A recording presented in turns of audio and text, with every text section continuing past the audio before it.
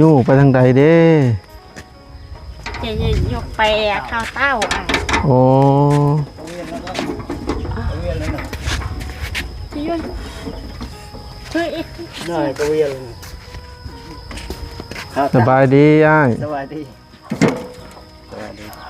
เสียไปเต่าสันบ่โดก็คือแบบกระดุดกระดิดไปสิกะภาษาลาวภาษาบ้านพรเอิ้นว่ากระดุดกระดุดกระดุดกระดิดก็คือมันเป็นกระดุดไม้แบบนี้นะก็เลยเอิ้นกระดุดคือแบบนี้ก็ต้องเอาข้าวเตาทั้งวัดโดยแต่ว่าใส่มันบ่ได้เลยข้าวเตาเตาก็ยังบ่ทันมีพื้นโดยตัดอยู่ตัดแต่ควานนี่แหละใส่ควานตัดโดยกับซ่าเนี่ยเนาะโดยอันนี้ก็เอาตัวใส่ลายมือแล้วกระดุดใหม่ที่ตัดอันนี้บ่มีฟืนเนาะโดยฟืนก็บ่มีจักก็บ่มีค่อยๆเฮ็ดไปเรื่อยๆอันนี้ก็กระดุดไม้ที่เพิ่นตัดมื้อนั้นเพิ่นก็สิไปใส่เตาวัดไม้มาส่งเลยเนาะโดยโอ้ก็คือเครื่องเฮือนนี่ก็ได้ซำได้ซำก็ได้ซำได้ก็เอามาซำนั้นก่อนเนาะโดย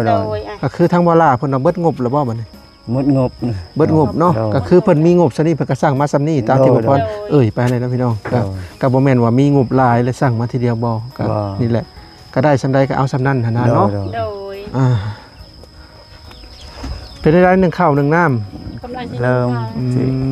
1ข้าวฝนตกบ่มื้อนี้ตกก็บ่ได้แฮงตกตอนจักโมงประมาณเที่ยง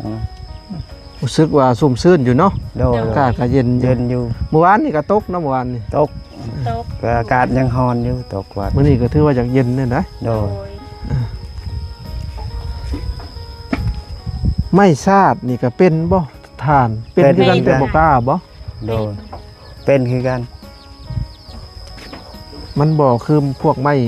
บ่ได้น้ำหนักว่าซั่นๆเนาะโดยบ่มีน้ำหนักไม้กุ้งก็บ่มีน้ำหนักนอกจากว่าไม้แดงไม้หยังเนาะบ่มีปูนบ่มีอีหยังมันต้องใส่หมดแบบนี้เด้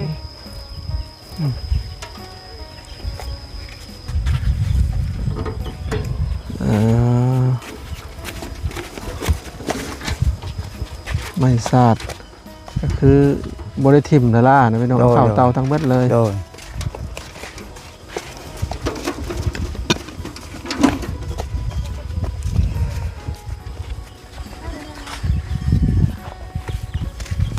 เอาเดี๋ยวเราเบิ่งบรรยากาศแถวนี้ก่อนพี่น้องเอ้ยมาเบิ่งบ่อนเพิ่นทมน้ำบาดาลนี่ทมใช่เลยเด้หาจะครึ่งเลย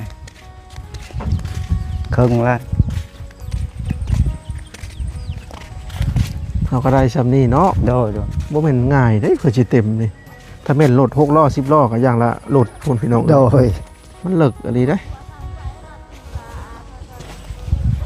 เอาดินบนนี้เนาะโดยบนนี้มันยังนูนอยู่บนหันลุบเลยก็สิลุบก็คือเอาจากดินตัวนั้นมาใส่ตัวนี้ก็สิเอาตรงนั้นก็พอดีเลยเห็ดได้ซองมื้อนี่แหละเนาะอ้ายโดย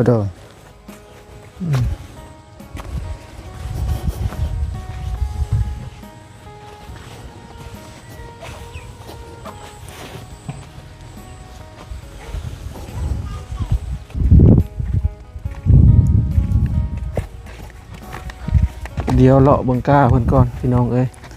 ว่าได้จากเซนเลยเด้เกือบ20เซนละตัวนี่โดยได้ประมาณ15เซน16เซนนี่แหละสำหรับเจ้าว่างามบ่ซั่นนี่งามอยู่ได้เนาะงามอยู่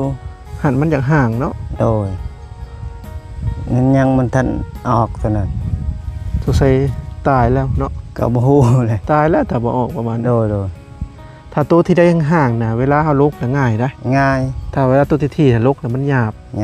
เพราะห่างมันติดกันก็คือทั้งเจ้าหันยังชีวานอีกบ่ตาหนึ่งยังชีวานนี่โอยบ่พอสันนี่บ่โดนกันมันหน้าเพิ่นบ่ลายปานใดเนาะพี่น้องเพิ่นคอเฮ็ดนำกับเจ้านะออกบ่หมดกันยันหน้าบ่ลายดำม่วนได้เพราะว่าหน้าสำเจ้านี่กำลังดำม่วนเลยแม่นแล้วหน้าลายละเมื่อยได้อันนี้กำลังม่วนนี่ประมาณนั้นประมาณ10กว่าให้แต่ว่าทั้งเพิ่นก็บ่อยากพอใจและซำนี่นะพี่น้องเพราะว่าเพิ่นจะเฮ็ดหน้าลายได้จังได้ข้าวลาย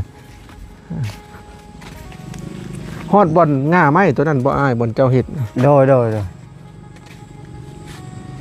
งาไม้ตัวนั้นบ่เขาปั่นในเห็ด โดย 10 กว่าให้นะพี่น้องถ้ามันมีปุ๋ยใส่ก็โยกเกือบ10พุ่นแหละ10กระสอบพุ่นแหละ โดย พอสิได้ก็ได้ย้อนให้ตัวนี้ติให้ที่ว่าเพิ่นซื้อนี่มันจะงามมงนี่ยาวเลยเนาะ โดย ได้ประมาณ10 กว่าเซนนะพี่น้อง20 กว่าเซนก็สามารถสามารถดำได้เลย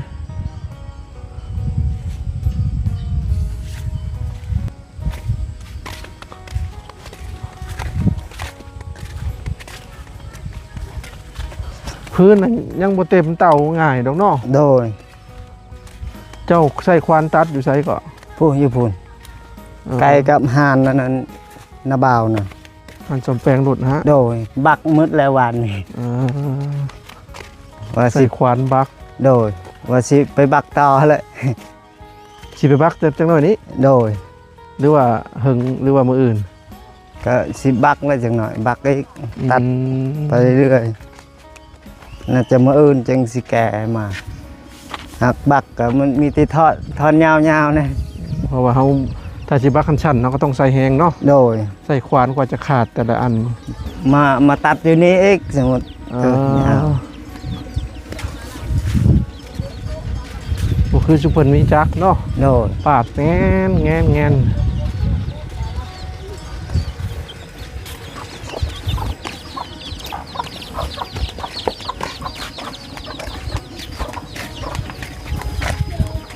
อันนี้เอาเข้าเตาเบิดบ่ โตยาวนี่สิเฮ็ดลัก ลักหัว โดยนี่ซ้ำตัวนี้นี่เสียขาวนี่ตัวสั้นนี่ อันนี้เอาเข้าเตาเบิด โดย อันนี้เอาไว้ดังฟืนดังไฟ โดย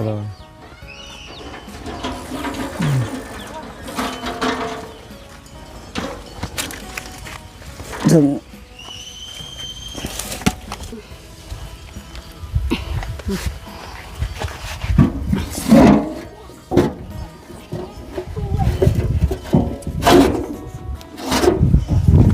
ได้ทีละถอนเนาะ โดย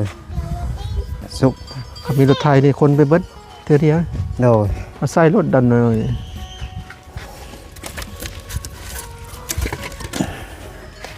ปลูกตั้งหน้าเพิ่นมีรถมีหยังเพิ่นก็ได้ขายได้ทานเพิ่นเนาะพี่น้องเห็นบ่ฮะเด้ทานนี่ก็ถือว่าเป็นสินค้าขายตลอดบ่มีอันโอเค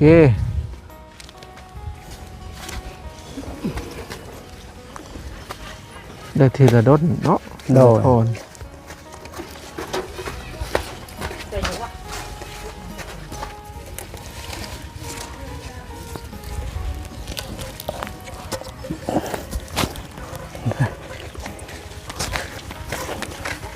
บ่มีรถก็ต้องแบกเอาเนาะ โดย ก็มีรถน่ะสบายอยู่ได้ สบาย รถไทยน่ะมันมีอยู่นะพี่น้องแต่ว่าบ่มีสุดแล่นมีแต่สุดแบบนี้เนาะก็มีสุดแล่นนี่โอ้สบาย สบาย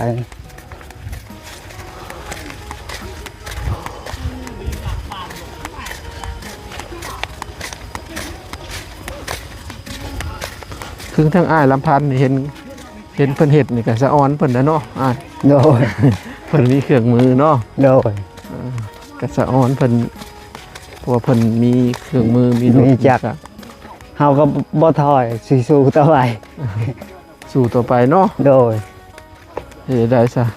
ต้นทุนทางบ่คือกันเด้ โดย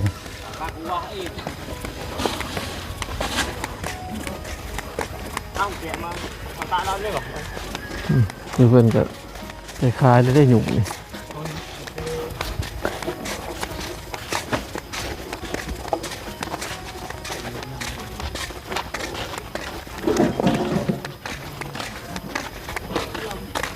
ถ้าได้จักรก็เสียข้าวหมดเลย2 เตานี่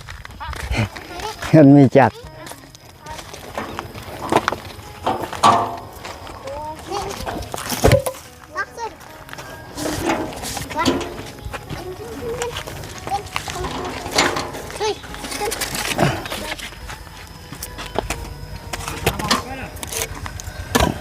เ ได้จากด้นเลย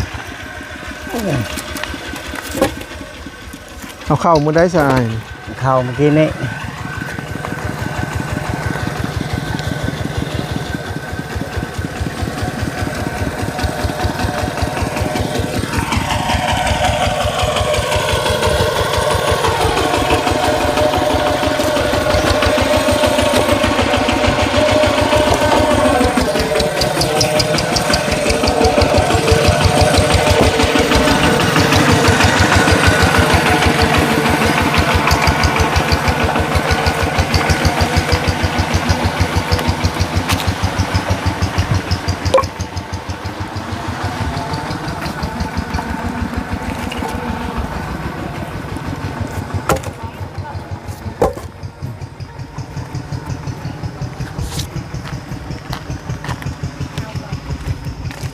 สุกี้ เ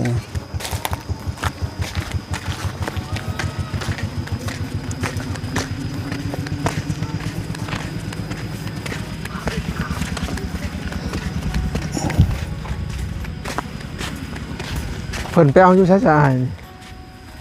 เพิ่นซื้อเอาเป็นดอนละ เพิ่นไปเอาอยู่ใช้สมัยตัวนี้ ปุ๊บอยู่พุ่นเลยทางหน้าสาวจอบนะ หน้าล้างหน่อยนะ ทางหน้าสาวจอบนะ แบบว่าเพิ่นไปซื้อเอาบ่ โดยโดย อืม ไม้บก เขาขายเป็นต้นบ่ คายเป็นต้น ต้นเท่าใดได้ดอกแล้วแต่เฮาซื้อเอากันเนาะ เขา โดย ขายเป็นดอนนะมึง เป็น ขาย ต้ เป็น น ดอน คือดอนนี่ข่อยมองเขาเจ้าล้านหนึงก็คือไปตัดมาเลย โดยอันนี้ ไม่ เป็น บก ต้น บ่นี่ ไม่ เบิ่ง บก หนักบ่ปาดโอ้หนักอีพี่น้องเอ้ย ช่วย เป็นทานคักได้อีเนาะได้น้ำหนักดีเด้ ตัวนี้เราเป็นราคาดี อ่าโอ้หนัก นี่จะเป็นราคาดิเขาจะดึงไว้ดิ อันนี้กล้วยไม้ทั้งไอ้แก้วเราไปหาเรื่อยๆเลยอันนี้เลยอันนี้เขาเอิ้นกุหลาบบ่นี่ บ่แม่น เลื่อยไก่นะ เป็นราคาคือกันกุหลาบน่ะโลละ350,000 แม่นละ กุหลาบนั้นมันจะยาวๆกว่านี้อีก เออ บ่แม่นนั่นเลยตัวนี้ หาเอาตามนี่แหละ เลื่อยไก่ก็บอกนี่ ก็พอดีย่อได้ซำนี่เนาะ โดย เพิ่นตัด แต่ว่าพรย่อบ่ได้หรอกซำนี่ เออ เจ้าย่อได้บ่ ได้ คือว่าเพิ่นเคยเฮ็ดออกกำลังกายเรื่อยอยู่ ตะกี้ให้ย้ายกว่านี้อีกคน ใหญ่กว่านี้อีกจะย่อเอา โดย โอ้ นี่คนนึง ก็เฮาละอันนั้นยาวให้เลย อันนี้ก็พวกคอยแหละเนาะเพราะว่าเฮาแลกกันแรงนั่นแหละขอก็อยากได้แหงรถไถเพิ่น อืม ก็เลยเฮาก็บ่มีรถไถก็เลยว่าแลกกันเพิ่นก็บ่มีแหง เดี๋ยวออกแฮงทาง โดย อ้ายลำพันธ์นี่มาออกแฮงแหละออกแฮงซอยเพิ่นแล้วเพิ่นก็อาศัยรถ แก้ ไถ ให้ แก้ให้หรือว่า โดย จักตัดให้ โดยเรื่องไม่ตา จักนี่บางคนนี่ถ้ามันบ่เข้านี่เปลี่ยนโซ่ใหม่บ่ เปลี่ยนโซ่ละพ่นไม้ พ้นใหม่ถ้าว่าเฮาพ้นแล้วมันบ่คมแล้วก็ต้องเปลี่ยนโซ่ใหม่ โดยก็ อืม ใส่ก็น่าจะเป็นปีพุ่นละคันผู้วันนั้นรักษ ถ้าโซ่ของดีๆก็ทนเนาะ ทน มันสิมีหลายยี่ห้อโซ่จัก โด ส ย ตินนั่นน่ะพี่น้อง ถือว่า แพงมันจะแพง อืมคือจังว่า300,000บ่ 300,000 300,000 4-500,000ขึ้นไปสู่ของแท้พวกนี้ เป็นของธรรมดา200,000บาท เพิ่นไปเมาเอาเนาะ โดย อืมสมมุติว่าต้นบกต้นหนึ่งซ้ำต้นม่วงได้สับเพิ่นซื้อกันเท่าใดอยู่พี่แล้วแต่เฮาสิเว้ากันบ่ เป็นลาดบางทีลาดหนึงปุ๊ต้นตัวนั้นลาดหนึงก็จะขาย ล้านหนึงผู้ โดย โหแพงเนาะสมมุติว่าต้นบกซ้ำนี้ได้ซะนี่ซ้ำต้นตัวนี้ ซ้ำนี่ก็บางทีก็ 500,000 500,000อีกตามนั้น อีกตามว่าหญ้างาลายหรืองาน้อย โด เนี่ย ย บ่ โดย ต้นอันนี้เขาก็เอากันบ่ เอาหมด ถ้าต้นยังแพงที่สุดที่เพิ่นซื้อกัน ก็แพงต้นนั้นนี่แหละบก มีแต่ต้นบกอย่างเดียว โดย ที่ซื้อแพงหั่นได้ โดย ต้นหนึงก็ 4-5 แสนขึ้นไป ขายตลาดก็ขายคงเรือยก็ได้ โอ้ ขายนางเวียด พอเอาเป็นทอนเป็นมีไปขาย แสดงว่าต้นบกนี่ขายเข้าโรงงานเป็นท่อนก็ได้ ได้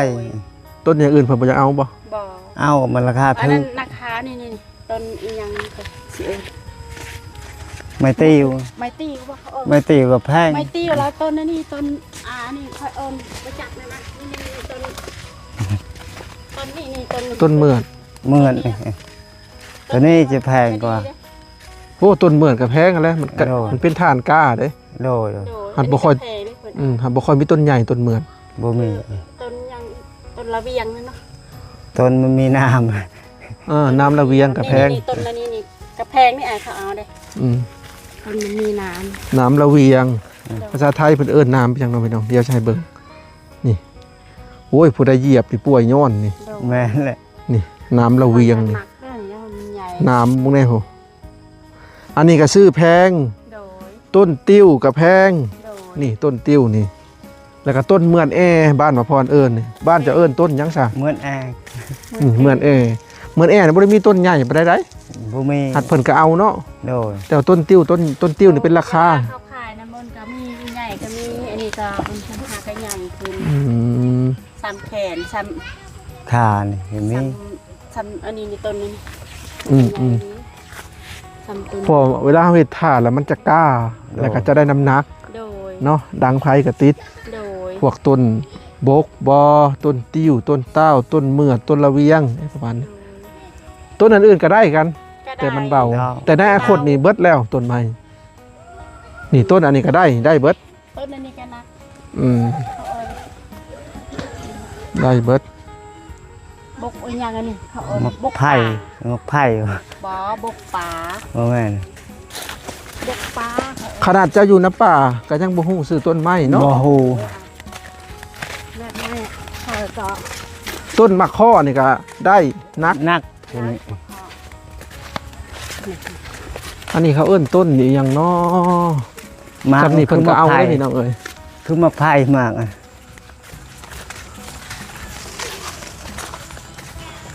ต้นหยังเนาะอันนี้เจ้าก็บ่ฮู้ซื้อต้นเลยเนาะ บ่ฮู้ อันนี้ก็เฮ็ดทานได้นี่ โดย หลายอันนี้ก็หนักเนี่ย อืม มันต้นอันนั้นบกนะ จักต้นพี่น้องเนาะพี่น้องมันมีมากเดี๋ยวใช้เบิ่งมากอ้ายนั่นแล้วว่ากินได้มากอันนี้แม่นบ่ เขากินได้ กินได้ นี่ดิมากมันเนาะพี่น้อง กินได้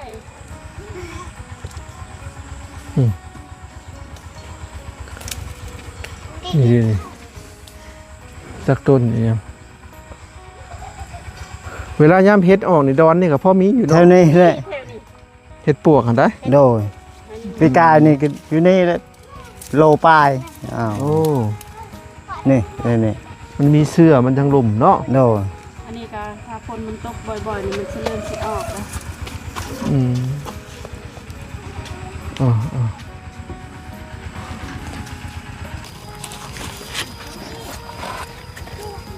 สำนีแบ่งบ่ได้เลยเนาะ บ่ได้ดอก มันใหญ่นะตัวนี้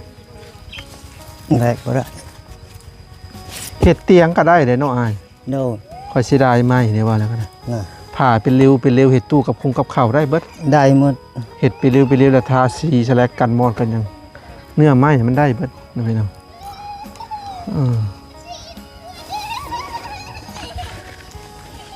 แปลนแล้วเนาะ เนาะ ไม้ถูกงาถูกกิ่ง คือจะเรียบเก็บไปเบิดนะพี่น้องอยู่ตารางเต็มอยู่ก็คือบริให้มันเหลือเลยนะ สมัยก่อนนี่จูดทิมเนาะ จุดทิพย์ เดี๋ยวนี้เป็นไม้นี่ก็ เท่าทาน สำคัญมัน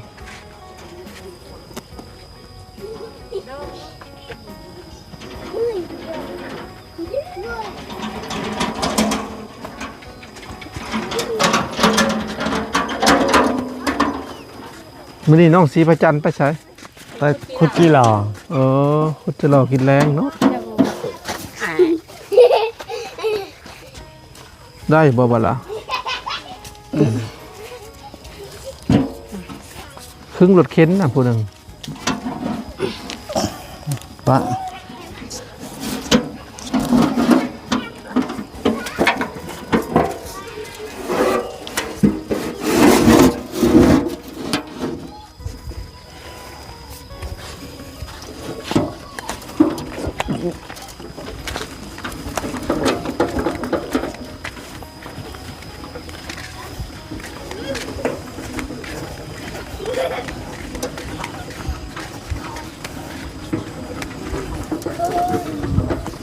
จุบ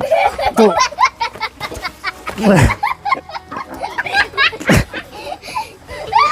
สุกเลยโตคุม มันตำผนักแล้วมันนะ เต้กลุ่ม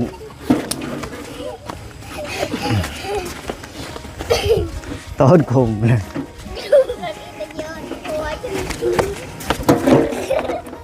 เอาเนาะพี่น้องตอนนี้ก็มาฮอดช่วงท้ายคลิปแล้วเนาะซึ่งสำหรับคลิปนี้ก็บ่มีหยังหลายเนาะพี่น้องก็คือได้มาอัปเดตครอบครัวแม่ลุงห่าพ่อลุงห่าเนาะพี่น้องนี่แหละมาอัปเดตไม้เส้นหรือว่าไม้เครื่องเฮือนเพิ่นว่ามีอิหยังมาแน่เนาะพี่น้องก็คือมา10กว่าโตวเนาะพี่น้องก็เป็นทางเบาล่าเพิ่นสั่งมาเนาะก็คือทั้งซุมเฮานี่หรือว่าทั้งเบาล่านี่มีงบสำใดเนาะพี่น้องคล้ายๆแบบว่าผู้ใหญ่ใจดีสมทบเข้ามาแล้วก็จะได้ตัวใดก็คือจะสั่งมาตัวนั้นนะพี่น้องก็คือแบบสั่งมาทีละน้อยเนาะตอนนี้ก็ได้เสาแล้วก็ได้ไม้เส้นเป็นบางส่วนเนาะก็ถือว่ายังรายการพอสมควรนะพี่น้องสำหรับเรือนซานทางครอบครัวขยันเนาะทางสุภาพก็สิเที่ยวมาอัปเดตเรื่อยๆนะพี่น้องถ้าว่าผู้ใหญ่ใจบุญใจดีอยากสมทบเข้ามากะทางสุภาพก็ยินดีหลายๆเด้อเนาะเอานะพี่น้องสำหรับคลิปนี้ขอตัวไปก่อนเด้อเอาไว้โอกาสหน้าพบกันใหม่เนาะไปแล้วพี่น้องสบายดีและสวัสดีเด้อ